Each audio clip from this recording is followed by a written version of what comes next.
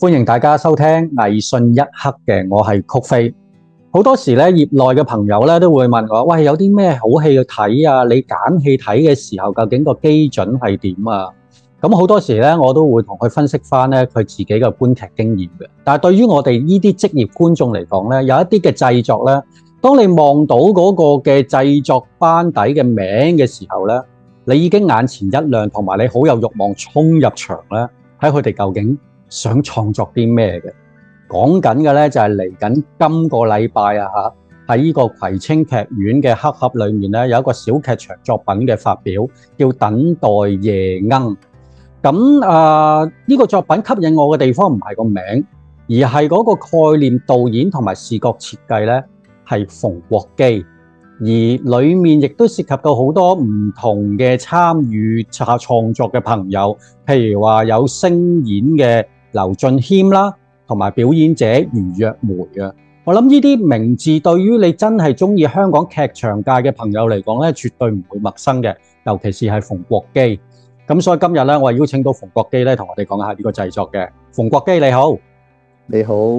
係咁啊！見到啦，你哋呢一個嘅製作咧，《等待夜鶯》啦，其實係一個對我嚟講咧係好吸引嘅作品嚟嘅，因為你見到咧裡面嗰個嘅劇場元素啊，係有文字啦，有默示式嘅故事啦、音樂啦、形體啦，同埋劇場風景嘅構作等等，再加上咧你自己本身咧係一個嘅燈光啦、劇場美學嘅專業嘅一個嘅導演同埋工作者。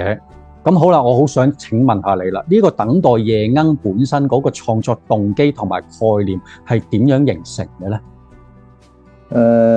好啊，多謝晒。咁基本上我呢個已經係我第二個個人嘅劇場作品。咁上一個係會喺藝穗會發表咗一個。咁做得第二個咧，咁我真係好想喺劇場入邊，我哋成日都會引用到嘅元素咧，去再深化下，究竟佢哋喺一個主題之下，譬如我以安徒生呢個童話嘅主題之下嘅呢個古仔，夜鶯嘅古仔之下，我究竟可以點樣去用唔同嘅元素嘅角度，或者媒體嘅角度咧，去讓每一個發揮自己專長嘅藝術家咧，去睇到佢點樣去傳譯，或者佢認為佢呢個古仔嘅主題思想。所以我基本上係出發自呢一樣嘢。我有啲似係建一個平台，大家對一個主題上面點樣去睇佢個人，或者對人生，或者對一啲概念上嘅一啲嘅睇法。所以呢個就係我最原初嘅動機。咁點解會揀夜鶯嘅故仔咧？因為我本身喺第一段時間我試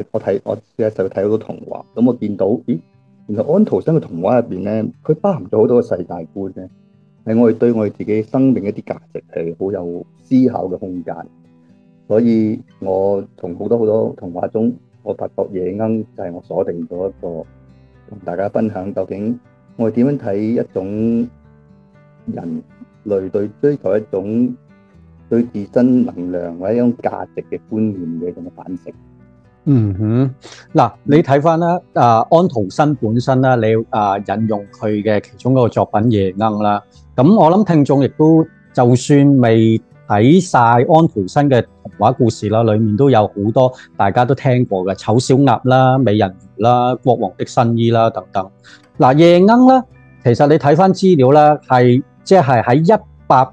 182年前發表嘅。呢個作品係好耐嘅，超過就嚟個半個世紀咁滯㗎啦。而亦都係安徒生唯一一篇咧係以中國做背景嘅童話故事。嗱，雖然資料講佢係從未踏足過中國呢個土地㗎嚇，咁所以就會問啦，夜鶯本身呢個故事咧，如果你睇翻佢個內容咧，其實嗰個面向好多嘅。人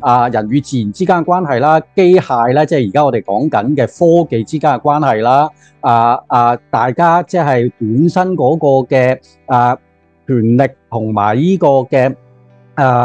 生物之間嘅關係啦。咁你今次去處理夜鶯嗰個狀況嘅時候咧，我見到你亦都會同一啲嘅文字工作者合作，可唔可以分享下其實你哋嗰個碰撞會係點樣？即係深化夜鶯呢個古仔嘅咧？咁當然我哋係開始有好多嘅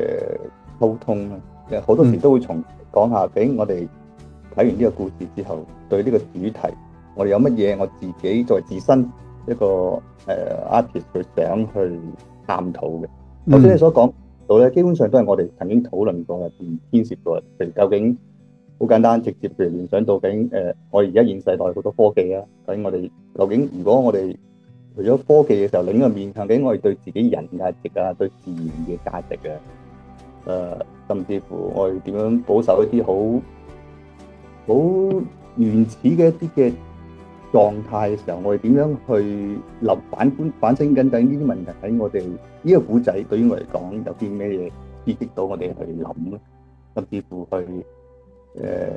跟住我借用咗，即係我自己個人出發咧。我借用咗好多入邊咧，好隱藏到古仔入邊嘅一啲好微細嘅，譬如例如角色啊，或者佢所描述嘅一啲自然界嘅一啲嘅有趣發生嘅嘢咧，我覺得嗰樣嘢對我嚟講係一個好似 symbol 一個標誌咁樣，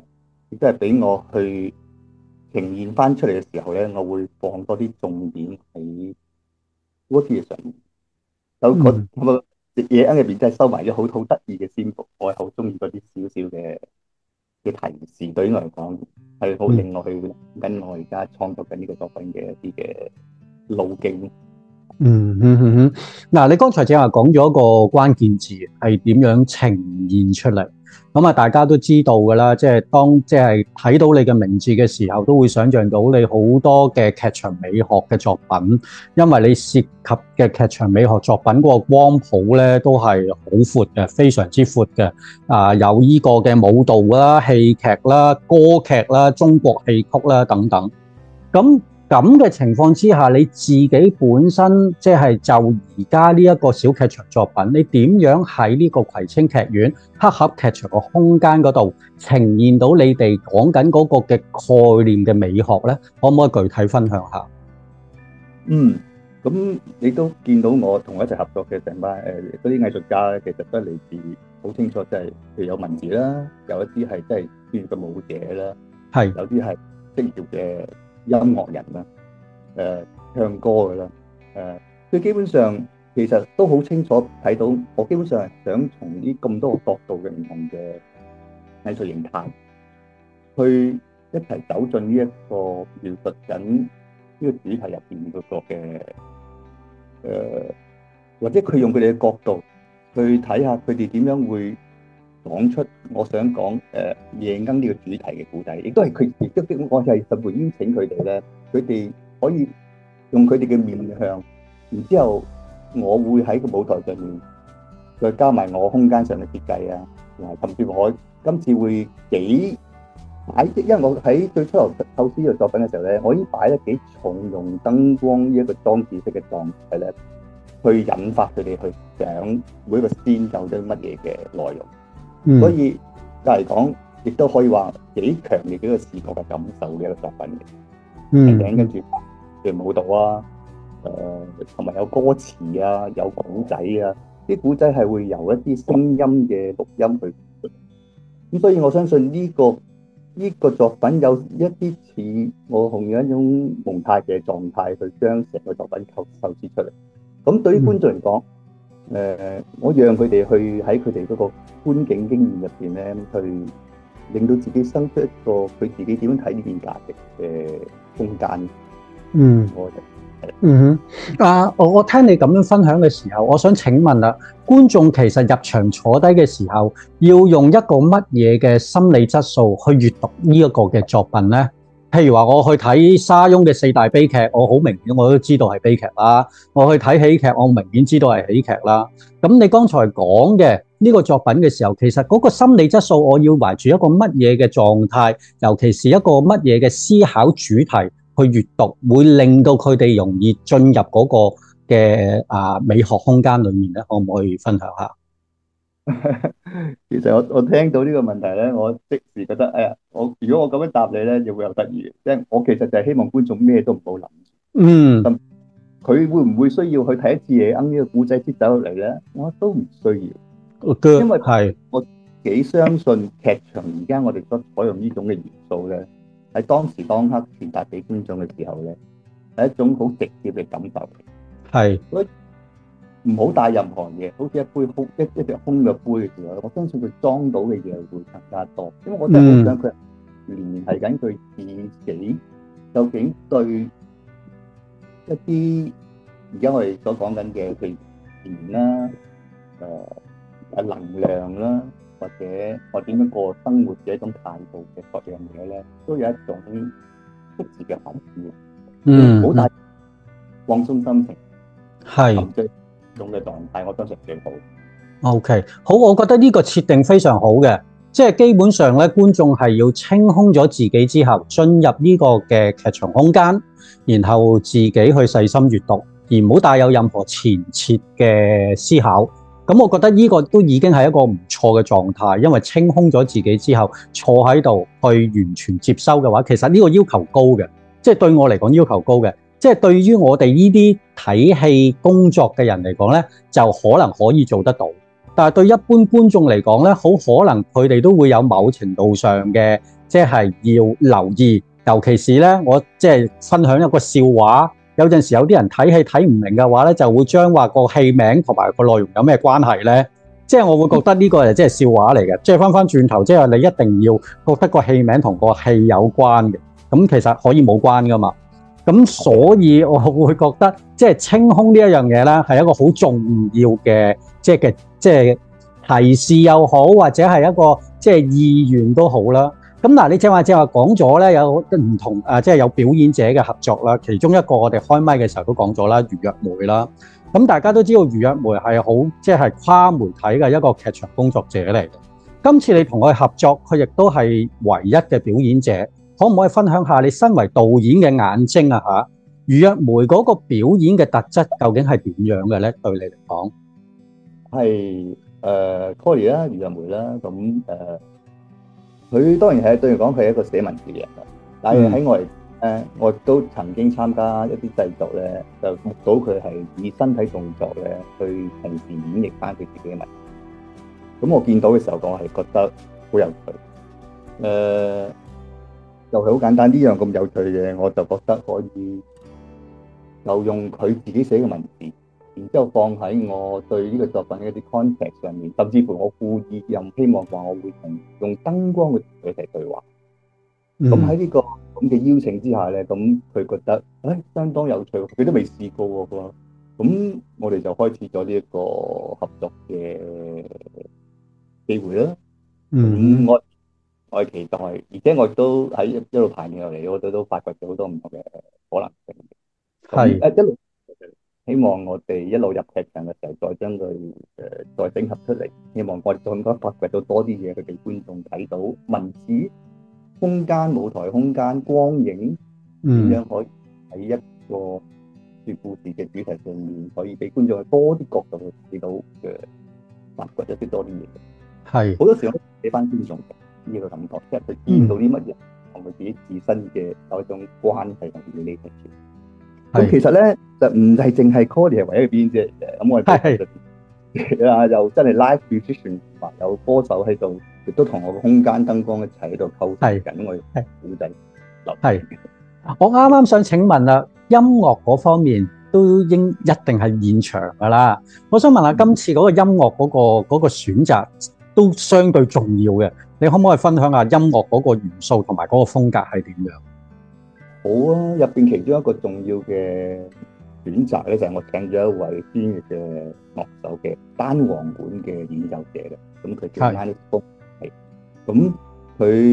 我係一位非常欣賞嘅樂手嘅。咁我點解？其實我有一種感覺，直覺呢個男孩子佢好可愛好得意，所以我好想揾佢，因為佢吹 clarinet 好好聽，我想揾佢。咁翻嚟佢話翻俾我聽，同我喺度溝通嘅時候咧，佢話俾我好多謝我揾佢，因為佢一話俾我聽喺歷史入邊咧 clarinet 單簧管咧，其實係一個樂團入邊嘅夜鶯嘅代表嘅。哇！咁呢個扣連咗，其實音樂歷史入邊，其實音樂點樣去睇 Nightingale 呢一個主題咧，都已經擺在面前。所以今次喺呢個狀態之下，我好開心能夠有現場嘅單簧管演奏，同埋除此之外，佢單簧管將會有幾個面向嘅演奏方法嘅，有甚至乎加入我一啲電子嘅處理。咁所以我相信喺各方面咧係非常多層次同埋靚好聽。靚好聽多層次有美學，我覺得已經好吸引啦。但係對於我呢啲都係文字人嚟講咧，最後咧我都想即係睇到有一個元素咧，我係睇唔明嘅，所以要向你請教嘅，就係一個叫做默示式嘅故事啊，沉默個默啊，顯示個示，形式個式啊嚇，默示式嘅故事元素，可唔可以分享下何謂默示式嘅故事元素咧？今次嘅創作我仲有另一位好重要嘅創作者就係林佩君 Page， 咁佢係基本上係負責整個故仔嘅結構啦、歌詞部分嘅創作啦，同埋歌大好多段嘅文字都由佢創作。咁而默示式嘅故事嘅係我哋討論出嚟嘅一種嘅方向咧，係入邊其實默示有意思係入邊又放咗好多一啲嘅 symbol，同埋一啲故事入邊亦包含一啲奇幻嘅狀態。所以觀眾從聆聽或者故事入邊提及嘅一啲嘅情景同埋一啲嘅 symbol 嘅時候咧，會希望觀眾能夠從呢啲地方喺個腦中能夠產生畫面。呢個畫面其實係會希望帶佢有啲夢境嘅狀態。呢幾個角度就係分別我點樣睇默示式呢個故事，就係好似一個人慢慢去講嘅一樣歷程，佢慢慢走入一種唔似夢境嘅狀態，喺跟住走一段，去走去花園，走去森林，走去河流，聽到聲音，之後再完成呢個段落。所以默示式嘅故事，我對我講係一個咁嘅狀態。好似唔係一種叫類別嚟嘅，即係話，但係喺我嚟講，呢種嘅感覺咧，只係好似一種歷程，同埋一種好 immersive 嘅一種嘅旅程。好，咁我覺得非常之期待啦。講緊嘅係今個禮拜啊嚇，5月30號至到6月1號啊，喺葵青劇院黑盒劇場一個小劇場空間發表嘅小作品，叫做《等待夜鶯》。